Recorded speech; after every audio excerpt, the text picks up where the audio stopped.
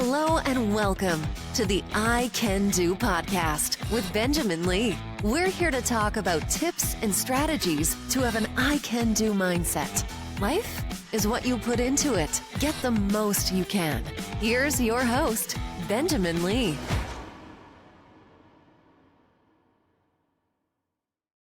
All right, we are back. I Can Do podcast. So thankful and happy that you are tuning in wherever you may be. We have many listeners around the world, I believe 78 different countries right now. So I greatly appreciate your support with the podcast. We have another fantastic guest, Jeffrey Weiss, if I'm pronouncing your name correctly, is here with us. Fantastic. And Jeffrey is definitely going to help all of us here in a variety of ways. And really excited to learn from Jeffrey. So we were just talking a little bit before we hit record, and we're going to dive right into this. So first, I just want to say, Jeffrey, thank you for being on the show, and welcome to the show.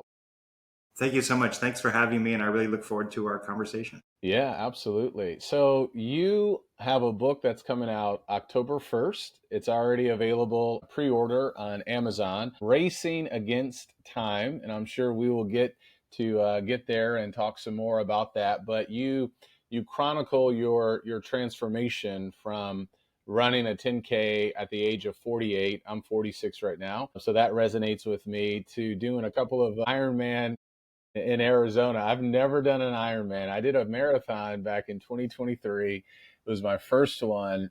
It was extremely challenging, so I'm always humbled when I hear people who have done a Ironman. That's just unbelievable. But it was a great accomplishment. So I'm always curious. Tell us briefly a little bit about yourself and where you are today and how you got to where you are today with publishing a book. And then we're going to dive into some thoughts on fitness, Audacity, and professional achievement. But walk us through a timeline, if you will, on how you got here today. Sure. Back when I was younger, I played tennis, and then after college, looked for a replacement sport, found weightlifting. But then I got married, had kids, had 4 kids, and the time pressures of raising kids, starting a career, fitness really took a backseat for me for quite some time. And then when I was in my late 40s, when I was about 40, so was helping my mom downsize after my father had passed away, and kind of realized, I think we always talk about, I'll get serious about my fitness, I'll get serious about my health when I have more time. And it kind of hit me that time has to be now. There's no more putting this off. And so took a running class, of all things. And the culmination of the class was running the Veterans Day 10K in Washington, D.C. in November of 2010. I had long had a goal of running a full 10K. When I was 17, I entered a race, and after 4 miles of running, had to walk the last 2. I was so exhausted. And it had always gnawed at me that I hadn't been able to do the whole thing. And so that was kind of the limit of my ambition at the time. And then, kind of got bitten by the bug, and ran a few more, tried to improve my time, then started thinking about going for longer distances, and then slowly kind of climbed the ladder, half marathon, marathon. Ultimately, I got into ultra marathons, was cross training, climbed the ladder with triathlons as well, sprint to Olympic, to half Ironman, and then to the full. And all of that took place over roughly a 12, 13-year period. Did that first 10K at age 48. Did my first Ironman at age 57, my second at age 59. And my toughest race was a 72-mile ultramarathon, which I did at age 61. For me, it just made for an incredibly exhilarating decade of my 50s. And professionally as well, I really found that I thrived during that decade. And I don't think it's coincidental that in both of these spheres of my life, I experienced a really exciting growth and new achievements. For me, it was a really wonderful experience. Yeah, no, it's fantastic. You definitely have a I can do mentality, and I love hearing that. What I'm taking away from what you're saying, Jeffrey, for those who are listening, and even for me, it's never too late to get started. Where, you had something back when you were younger and it just bothered you, and now you're like, okay, I'm gonna take control of this. And I had something similar too. My junior year in high school, we had just an assignment. We had to put together a journal, and one of the things was a top 25 list of things I wanted to do, or we wanted to do. So I was running cross country at the time, so running was on my mind, and I believe Forrest Gump was out in the theaters or something like that too. So, one of them was Run Across America, which I have not done. I don't know if I'll ever be able to do that. But another one was to run a marathon. And a couple of years ago, I was struggling with my weight. I felt like I was kind of stalling. And I was like, if I don't do this soon, things can change. And so I was like, I signed up for a marathon. It took me 5.5 hours to complete it. I did it in December of 2023. So I walked and ran it.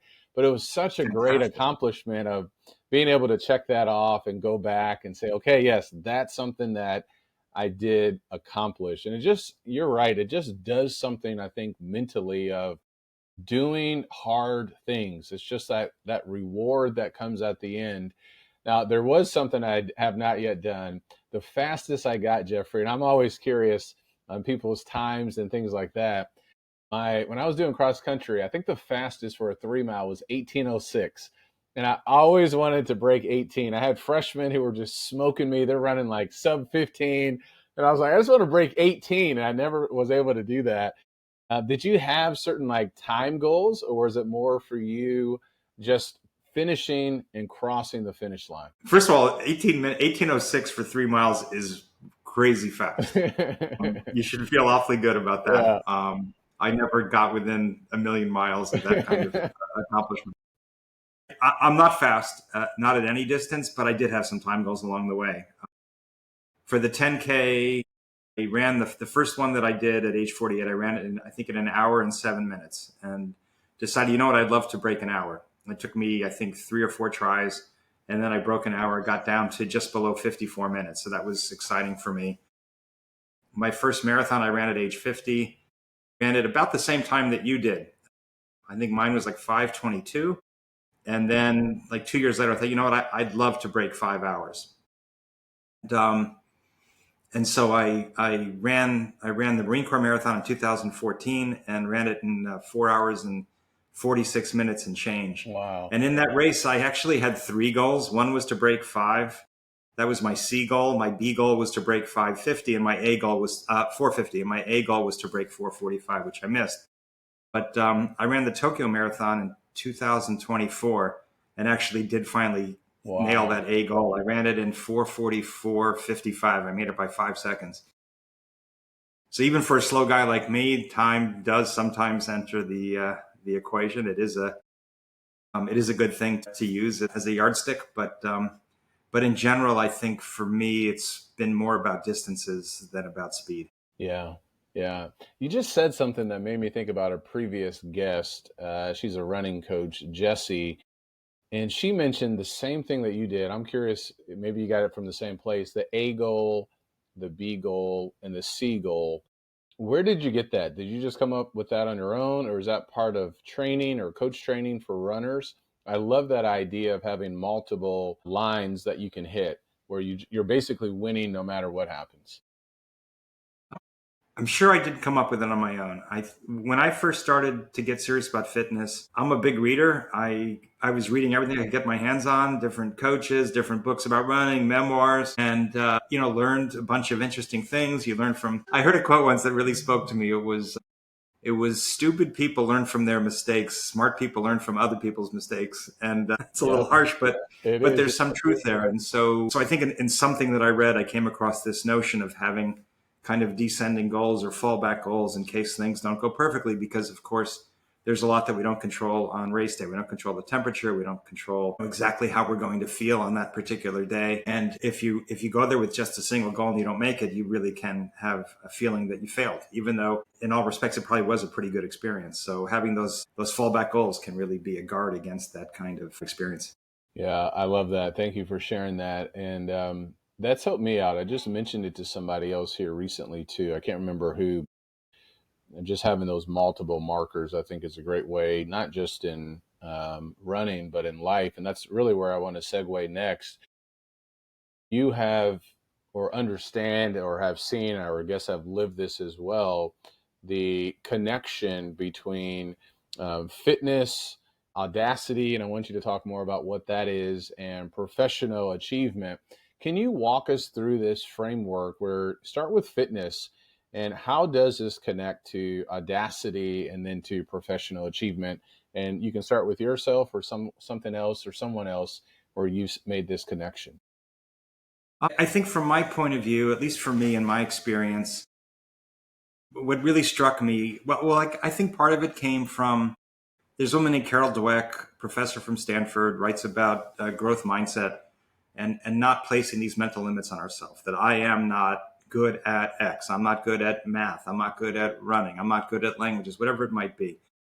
And to be open to applying ourselves to things that might initially be outside of our comfort zone. We may well surprise ourselves at becoming good and maybe even excellent at something that we previously thought we couldn't do. When I was younger, I once told a friend that I was as likely to walk on the moon as I was to run a marathon. I mean, to me, it was never going to happen. It just wasn't possible for someone of my size. And so along the way, I just kept having these wonderful revelations, these wonderful surprises that, wow, I can do this. Never thought I could. I ran the 10K, ran the half marathon, did the marathon. What else is possible? And I think it opens that door to what else is possible, and not just in your fitness life, but in all spheres of your life. And I think too, like, we live in a period where people are very focused on grit and resilience and learning from failure. And I think fitness is a way that we can actually create those experiences in a very controlled environment. You're not going to go out there and just try to, put yourself in a dangerous spot or to fail so that you can learn from your failure. But if you push yourself in fitness and you take on progressively harder challenges, you are going to have some tough times no matter what. I mean, there are going to be times when you are hurting, you're tired, you don't want to go on, you're questioning why you even entered the race in the first place. But you learn that if you persist, you can surprise yourself, and you feel so great when it's over. And I think that really carries across to other spheres. And so for me, I was a lawyer in private practice for 25 years. Had a career that I was proud of, but at the same time, I always felt there was something missing. And then when I was 50, I had a chance to join a startup as its general counsel. Mm-hmm. I joined it, and it was an incredible experience for me. And I really grew. Mm-hmm. I learned a ton, had a lot of fun. It had its own ups and downs. It was a real roller coaster ride. We were going gangbusters. Then we went through a bankruptcy. Then we recovered and became a strong company again. And then ultimately we were sold. And I just found a lot of parallels. I always loved this whole notion of sports as a metaphor for life. And I really do believe that they are. Yeah, I love it. What is Audacity to you? Audacity is taking on challenges that are at the outer reaches of what we think we can accomplish. There's a business writer named Jim Collins who coined this term, a BHAG, a big, hairy, audacious goal. And he talks about these companies. I think IBM is one. I can't remember the whole list, but companies, maybe Kimberly-Clark was another, that were kind of middle of the pack companies, just, one of many in their particular industry. And they made a conscious decision. We want to be number one. And it drove them forward, and it caused them to push themselves. And ultimately they made it. And so he talks about this idea of defining a BHAG, defining this audacious goal, and how it empowers us, it motivates us, it focuses us. And reading it, I thought, you know what? I think that could work on the individual level as well. And so for me, doing an Ironman, that became a BHAG. I thought I could do it, but I also thought I might fail. I thought it was kind of at the very, very outer reaches of what might be possible for me. And so it was exhilarating when I was actually able to do it. And it doesn't always work. I mean, I tried an ultra marathon in South Africa in 2018, the Comrades Marathon, 56 miles between the cities of Pietermaritzburg and Durban. And they have these intermediate checkpoints. And I got cut at the last checkpoint before the finish after 51 miles of running and 11. Wow. After 11 hours, I missed it by a minute 44. Wow. So sometimes, you do come up short, but that's okay. I think that we shouldn't be afraid of those things, and we should learn from them. Yeah. What do you tell the person, Jeff, who is though afraid of setting a goal. I was just talking to someone. We went out to dinner. My wife and I had a double date with a couple, and the woman said, she's had something in mind she's wanted to do, but what if she fails? So what wisdom, advice, analogy, whatever the case may be, as you think about this acronym of BHAG, which I really like, of the person who's like right on that line or the border or the fence of, I don't know if I should have that audacity because what if I do fail? How would you answer that? I guess I give a couple of answers. I think one, I'm 63 now, and as I look back on my life, and I don't think I'm unusual in this way, the things that I regret are the things that I didn't do or the things that I didn't try. I don't look back and regret the things that I tried, applied myself to, and that ultimately didn't work out. Mm-hmm. And if you get to be 63, there are going to be some things like that in your life. That's just the nature of life. Yeah. So certainly, I think most people that you might ask would probably tell you the same thing, that when they look back, the things that they're sorry about are the risks they didn't take, the chances that they were afraid basically to take. I think the other thing that I might say, and this is how I did it with comrades, I knew there was a good chance I wasn't going to be successful. And I was concerned that if I were to fail, I'd be bummed. And so I wanted, and this was something else that I had read once in some running book or article. They talked about, if you have this big goal race, set your next goal before you actually run that race. And that way, the moment you either fail or cross the finish line, either way, in both instances, you're at risk of kind of a letdown. You can immediately refocus yourself on your new goal. And so before I tried Comrades, I told myself a year after Comrades, I'm going to try a half Ironman, and a year after that, a full Ironman.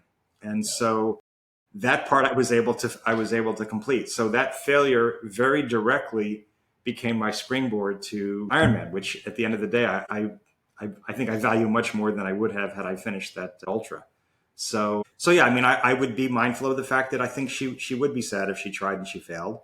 And I think there are ways to deal with that and to think through, okay, so what will I do if I fail and how will I respond to that? But I think she will have greater regret if she doesn't try it. I think she'll look back and ask herself years from now, I should have done it. I think I could have done it and wish I had. I love that. I want to take an exit ramp real quick. I want to come back to what we're talking about with Audacity. Clearly, you're living pretty intentionally where you already have a goal for another race before the race that you're getting ready to prepare for, which I absolutely love. Can you walk me through what does that look like for you with goal setting? And, there's lots of different things that are out there. How many goals do you have at a certain time? So I'm using the Full Focus Planner by Michael Hyatt. I really love that planner. I've used it for a number of years. So goals are broken up into quarters and, no more than 2 goals or 3 goals per quarter. What are you doing right now with different goal setting? It doesn't have to just to be in running. It sounds like you have this in your life as a whole, launching or assisting a company that's recently has been sold as well. Walk us through that. That's a great question. I do like to think in terms of long-term goals. For example, with running, my current goal is to do the original 6 world major marathons: London, Tokyo, Berlin, Chicago, Boston, New York. I go to Berlin later next month to run that race. That'll be the 3rd of the 6th. My goal is to finish all 6 by the fall of 2027. I think, for me, writing has always been a source of these kinds of longer term goals. I wrote my first book in my 30s in 1998, my second in 2022, and this is my 3rd, and already starting to think ahead to the next one. And I like that. I like the feeling. To me, goals give me a feeling that my life has adventure, that I'm still climbing new mountains, and that I'm on a journey. And this whole concept of being on a journey to me is so exciting. Yeah. I'm not just standing in place. I'm not just watching as life passes me by, but I'm living an adventure. I'm living, on a journey toward an exciting destination. And I know I'll be happy when I get to that destination. And I know that won't be the last one. I'll come up with another one for after that and so on down the line. Mm-hmm. It makes me feel young in the emotional sense that there's still cool stuff out there waiting for me as long as I apply myself. Yeah. You got me fired up, Jeff. I love this. You mentioned Carol Dweck. I have that book. I've been recently listening over and over on Audible to a book called Become Your Future Self Now by Dr. Benjamin Hardy. He does a lot of writing as well now with Dan Sullivan, who I believe co-founded Strategic Coach out of Canada. But he mentioned that idea from Dr. Carol Dweck's book on fixed mindset versus, I think, open mindset. So that really resonates with me as well. And I think you're right. He talks about this idea of this mountain that we're running towards and not allowing things that will not move us toward that mountain. So those 6 marathons, I believe, that you mentioned that are all around the world, or this third book that you're writing, right? You just keep moving forward toward that mountain. And I think that is something that's so important for all of us, particularly, I don't know if maybe I have thought about that before, but the idea of adventure. I think sometimes people think goals, it's kind of tedious and I got to track it and I got to measure it. And what if I don't hit it? But I love that framing of, well, no, this is actually making my life more adventurous. So thank you for sharing that. That helps me out tremendously. Audacity is something that's a part of you. You've written 2 other books. Can you share what the titles of those 2 other books? And we'll get to your next book here in just a moment. The first one was called I Am My Brother's Keeper. And it's the story of about 1,000 or so World War II veterans, mostly from the US, some from Canada, who in 1948 went to the newly proclaimed state of Israel, which the day that it was declared, it was invaded by 5 of its neighbors. Basically, they helped create they helped create the army. They helped create, in particular, the Air Force, and really made a huge impact there, flying World War II surplus planes. And these were men who had served in the Pacific and the European theater. So that was to me quite a fascinating story. And then in the course of doing the research for that book, I came across the story of one individual pilot who really fascinated me, a guy named Stan Andrews. He was a brilliant student. He was an artist. He was a writer. In World War II, he flew bombers in the Pacific theater. And then he went to Israel. Was one of the first fighter pilots. Actually designed the logo for the squadron, which to this day, wow, that squadron still exists, and they continue to use his logo 75 years later. And so I found his story to be, utterly fascinating. And it took me like 15 years to track down all of the details of it. wow. But so that really was like a quest. And that book came out in 2022. It's called Fighting Back: Stan Andrews and the Birth of the Israeli Air Force. So Wow. So yeah, the first one probably straight military history. The second more of a biography. Yeah. And then the current one, memoir. Yeah. Well, I have some books then that I need to add to my library. I love books. Growing up, we didn't have a lot of money, and but what we did have was a free public library card. So I've learned and I've seen books can take us to the future, to the past, to the stars, to the oceans, wherever. And now I'm reading a lot more biography books, but I have over, I think, 1,300 books in my library. And I see that you love books because I'm looking at all these books behind you. When did you, or who got you connected with reading and this passion that you certainly have? It's a really good question. I was always a reader. I'm not sure if it came from my mom or just because I enjoyed school. I was probably a bit of a nerd that way. I remember reading a lot in high school, reading a lot in college for fun, reading a lot in law school. And for me, I've always been a nonfiction guy. And one of the things that I've been drawn to is I heard someone once call it reading in clusters. So I'd get really interested in a particular subject and read everything I could get on that particular subject. And that I really enjoyed. And so over the years, I read a lot about Israel's War of Independence, which is what led me to discover the story of these volunteers. I love reading about World War II, quite fascinated about Vietnam. Went through a phase of reading everything I could about baseball. Just old baseball stories. There's so many wonderful stories there. Obviously went through a big fitness reading phase. Yeah. Love books about personal development, things like Carol Dweck's book. Obviously a lot of that is ongoing. But yeah, I think for me, and honestly, part of why I like writing books is it also kind of helps me frame out what I'm going to be reading. Because a significant part of my reading is connected to what I'm writing. And so yeah, I mean, it really does open up so many different worlds, people who've done things that I will never do, Mhm. visited places I will never visit. And it's a wonderful, wonderful experience to be exposed to that. Yeah, thank you for sharing. I love that idea of reading in clusters where you just dive or do a deep dive into something.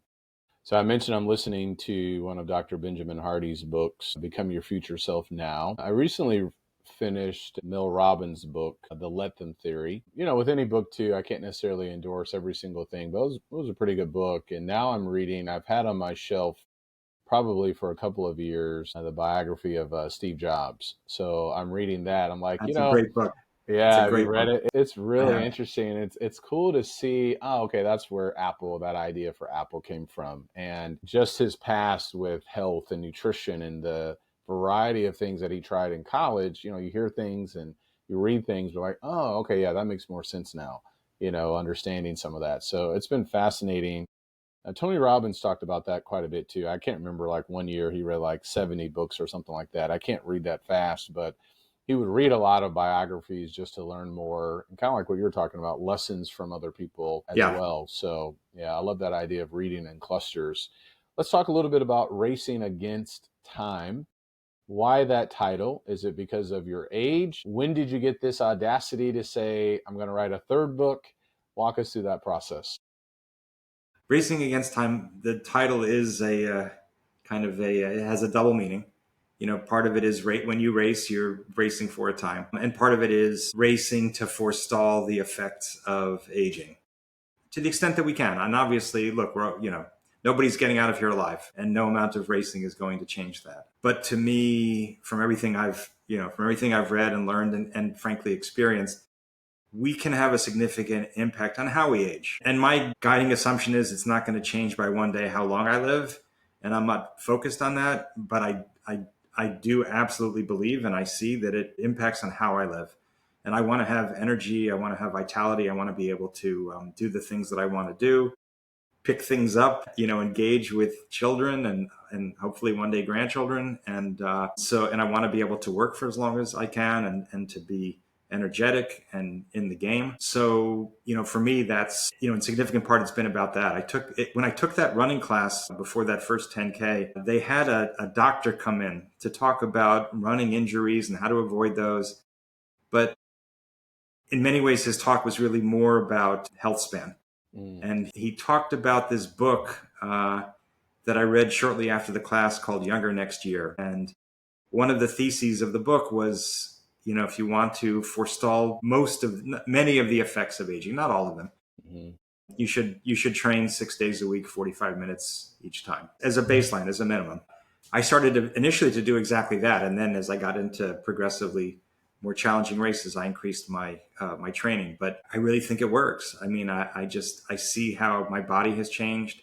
I see how I'm able to do things in my 50s and 60s that I wasn't able to do in my 20s. And so, yeah, I mean, I really do think that fitness done in a sustained way, in a consistent way over a period of time can really transform how you age and how you think about yourself, how you feel. And that's an amazing thing. Yeah, absolutely. You said the book was called Younger Next Year. Is that correct? That's correct. Yeah. And he said work out 6 days a week, 45 minutes? 45 minutes each time. That's correct. Okay. Yeah. Yeah. I've been doing that a lot more with that. And I'm curious, what else are you doing outside of running? Are you resistance training? What else are you doing? I basically run 4 days a week, cycle on a spin bike 2 days a week. I swim 3 or 4 days a week. I lift weights twice a week. I do yoga once a week. I do ice baths twice a week. And obviously there's some doubling up so that you can fit all of that into, because I do take a day off. So I put all of that into 6 days. Nice. Because, I think most of us who are serious about this stuff, you have to cross train. You can't just do one sport all the time or you risk injury, especially if that sport is running. Running 6 days a week. I think for most of us, that's not really a sustainable thing to do. Mm-hmm. And that ultimately is what led me into triathlons, because it was like, well, if I'm already cycling, running, and swimming, I should try one of these races. That could be kind of fun. But yeah, so that's kind of how I approach it currently. How are you measuring, or are you measuring like body fat? Are you doing DEXA scans? I'm sure you're doing your blood work and things like that. What other types of measurements are you doing? Do you have a Garmin watch to recover, or some kind of ring these days to, just see how your sleep is and things like that? What resources that you could I've got share? Yeah, an Aura ring. yeah. Okay, there it Um, is. Yeah. I did a DEXA scan once years ago, but I haven't done one recently, and Okay. probably should take that more seriously. I do get blood work on a regular basis. Yeah. I do find, a tracker, and obviously there's multiple different ones out there. I do think they're pretty effective. Well, I think it depends. I think for me, what I like about the ring is that it has caused me to make changes. I think if you're just getting data and you're not actually doing anything in response to the data, it may not really be worth it. It might just make you feel bad about yourself. But I've been able to work on my sleep numbers by seeing them and experimenting and seeing what seems to help my sleep. Because I think for me in the last few years, I've decided to really focus on some of my weak points. That's why I've started to do the yoga, because my flexibility is not what it ought to be. It's why I got the ring, because my sleep is not as good as it could be. And so, yes, I'm just trying to take on, kind of some additional work to focus on things that could stand to improve. Hmm. Yeah, I have a Garmin watch, and I've tracked sleep at least 4 years now. So it looks like a Wow, sweet spot for that's me fantastic. is about 6.5 hours. I rarely can get 8. I don't know about you. I'm always curious, but six, like anything less than 6 hours, I can feel the effects. Are you doing anything else with your sleep? Any kind of particular mattresses? Are you working out in the evening time? I know sometimes that can affect sleep. Any other tips or strategies that are helping you to improve your sleep quality? The things that I've implemented, like within the last year, are I always work out in the morning. I never work out in the evening. Yeah, me too. I stop eating about 3 hours before I go to bed. I turn the temperature down to like the high 60s. I stopped using like a heavy duvet and have a different kind of blanket.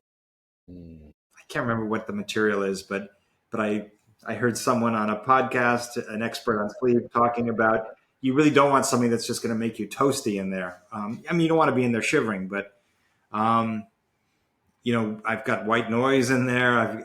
I keep the room quite dark, and it's definitely helped. And by the way, I don't sleep 8 hours a night. I don't really get all that close to it, and I think we're all different. I truly don't think I need 8 hours of sleep a night. I think where you're at is probably about where I'm at, 6.5. I think, if I can get 7, I think that's magnificent. But 6.5 is probably more typical for me. Hmm. And I'm trying to be consistent with both my bedtime and with my getting up time, which also seems to be an important thing to do. Hmm. But yeah, I've just been doing a lot of experimenting with the sleep, but in general, just trying to treat it as an important part of my life that I can't just take for granted and have to actually be mindful about how I'm approaching it. I majored in kinesiology, so I'm always fascinated with these kinds of conversations. Supplementation, I'm curious, what's in your cabinet? Vitamin D is a go-to for me. I've used creatine throughout the years. That's the most researched supplement probably that's out there. There seems to be some cognitive benefits with it as well. Water, hydration, obviously. Any supplements, caffeine? If so, what kind of caffeine do you consume? I do take vitamin D. Creatine, I've been inconsistent with, honestly. I think the science is good on it, and I should do it. It's. I was getting good about a post workout recovery drink with creatine, and then I kind of stopped doing it and need to get back on it. I'm looking over at the big jar of it as we're chatting. And in the spirit of this conversation, I will try to pick it up again tomorrow. And then, I take gels. I take them pretty frequently when I'm working out, like every 20 minutes. And a lot of them, I alternate between ones with caffeine and ones without caffeine. Yeah, what particular brand, if you remember? Yeah, I use goo gels, and I've always had kind of a sweet tooth. Hmm. There's a brand actually called I think it's Miritan that's flavorless. And some folks are really into that. They have like flavorless with caffeine, flavorless without caffeine. And I had that once in a race. It was kind of interesting, but I'm more of a sucker for There's an orange one that I really like. There's a salted caramel that's great. There's a s'mores one that's really delicious. And in fact, in ultras, I'll often go for candies Nice. because you look forward to eating them, and you need to be stuffing calories into your body. You're burning a lot, and you don't want to. They call it bonking. I mean, you don't want to reach that point where you just are out of gas. You're out of calories, and Yeah. you just feel overwhelmed with kind of fatigue and weakness and defeat. And so I like the sweet flavors. Yeah. There's a supplement called UCAN, that I first Seen heard. that. Yeah, it's actually really good. I first heard it on Tim Ferriss's podcast. A family made it for their son. I believe he had or has type 1 diabetes. So it's more of a starch, but when I used it in the marathon, it worked out quite nicely. I didn't have any stomach issues or anything like that, and I used it leading up to it. So that's another recommendation for you or for those who are listening as well. I'm always curious about things that people are doing. You mentioned in some information you sent to me with your book and some endorsements, Dean Karnazes. I'm not saying his name correctly. Karnazes. If I'm remembering correctly, I remember when I was. This is like the early 2000s when he was starting to do some long distance running. Am I remembering? Is that the same guy who started, he ran like a marathon and ordered, or not a marathon, ran like 30 miles and ordered a pizza and had it delivered to him on the side of the road? I remember that. I may have been eating pizza when I read his book. So it probably made me feel a little bit guilty. He was running while I was sitting on my bed eating some deep dish Chicago style pizza. But I just find it fascinating. His story was so motivating and encouraging. It's crazy. I was so thrilled.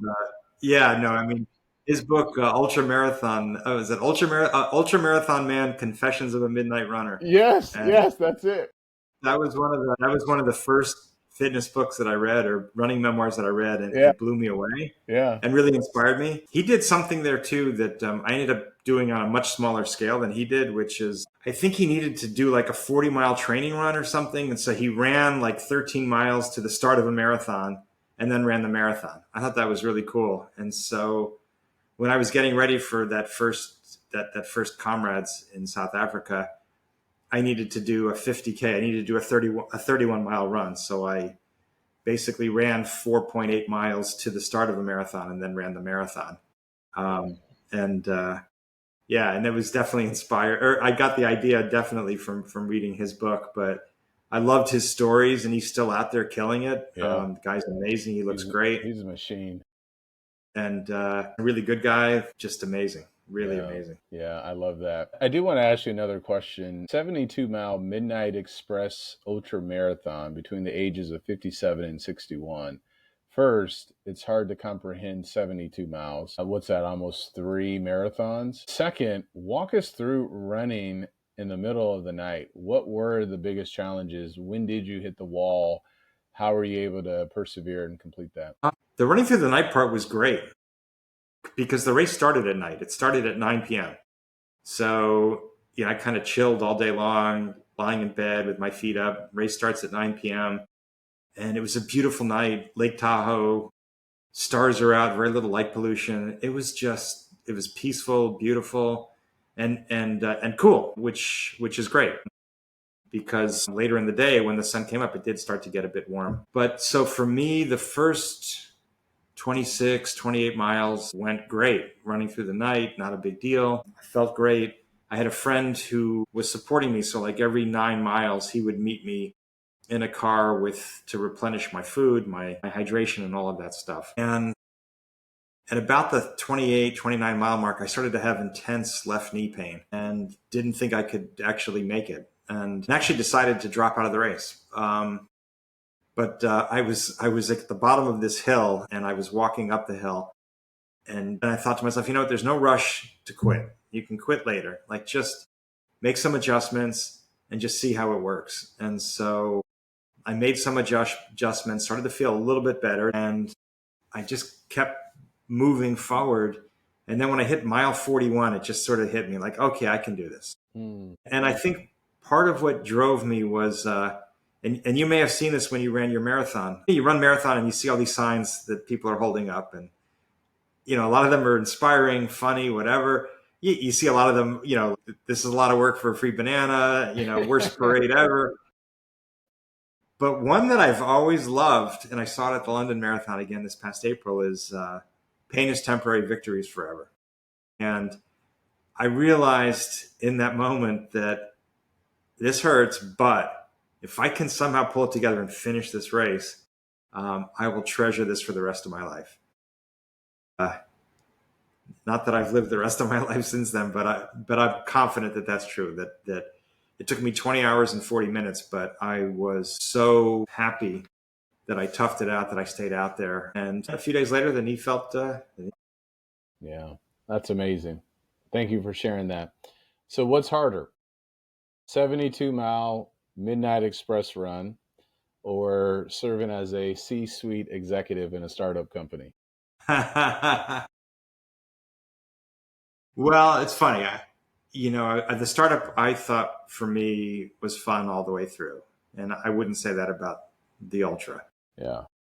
But of course, I mean, I was with that company for 11 years. That's a lot of, it's a lot of ups and downs, and it's a lot of consistency that you need to maintain over a long period of time. And you need to deal with a lot of different things that pop up.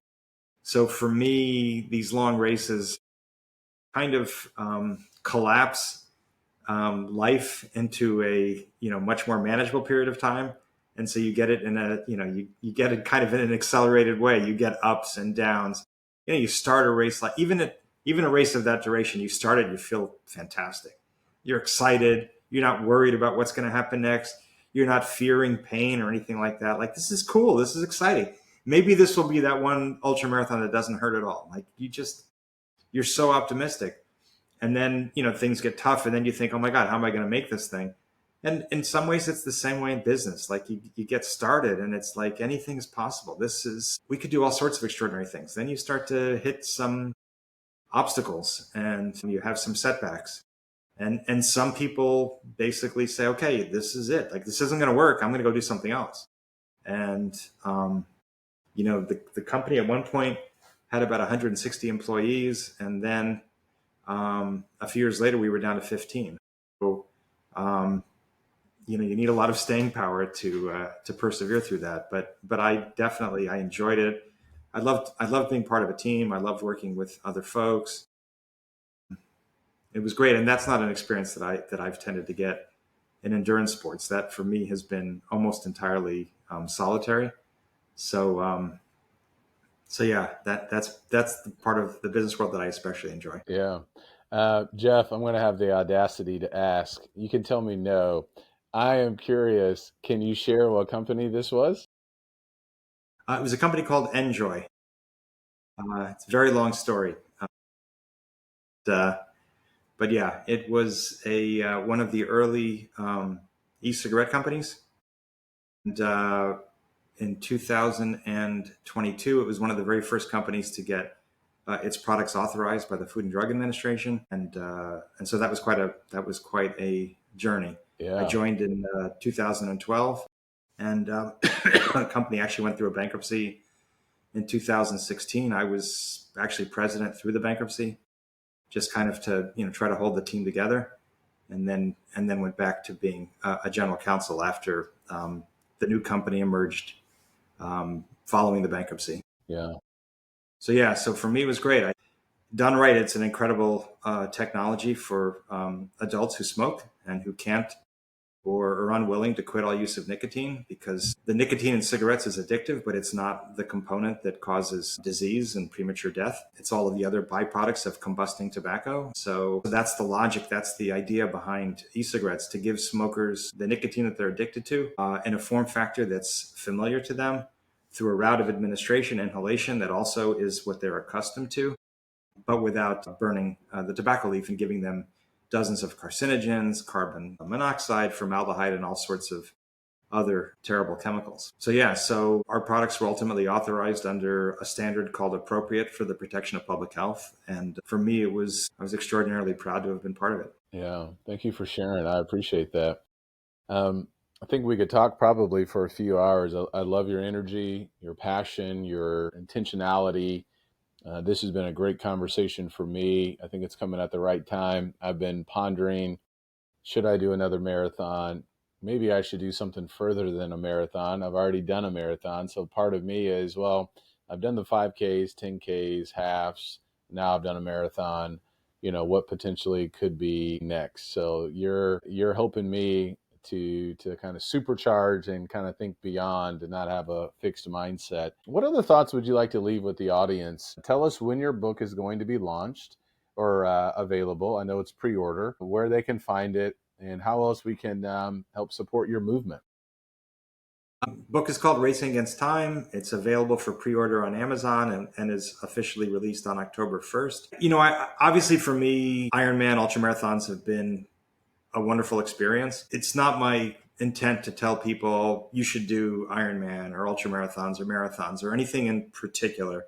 What I do think is important and what I do think would benefit, nearly all of us is we should be fit and active. We should basically do the things that are important that will help us live our best lives for as long as we can. I just think we enjoy life more when we have more energy and more ability and more strength. And so I think each person has to define for themselves what that activity is going to be. It could be yoga, it could be swimming, it could be Pilates, it could be a million different things. And there's no magic to what I chose. It spoke to me in some way that at times I'm even at pains to explain why it speaks to me, because I'm not really a strong runner, but I love it. I love that I can do it. And it makes me feel good, particularly at the end of a race. But everybody should figure this out for themselves. They should find their own Ironman or their own ultramarathon, whatever really makes them happy. But I do like the idea of goal setting. I do think that, activities like races can help us shape our training, focus our training, give us something to train for. But not everybody needs that motivation. Other people can just be like, I train to train. And that's enough for me. I don't need to have something particular that I'm training for. And that's fine. I think people who are intrinsically motivated like that, I think more power to them. But yeah, I just want to encourage people to, take this stuff seriously in some fashion that speaks to them. I think, we have a lot to say about how we age. We don't completely control it or really anything in our lives, but we do have a significant ability to impact it, and I think we should take advantage of that. Yeah, well said. Jeff, you have been a great blessing to me. Thank you so much for being on the show. You are a strong runner, and you're strong in so many more ways. So I appreciate your strength and sharing that and putting it now in book form to inspire people around the world. So be sure to pick up his book and look forward to hearing about more of your success, Jeff. Thank you so much. Thank you so much for having me. I really, really enjoyed our conversation.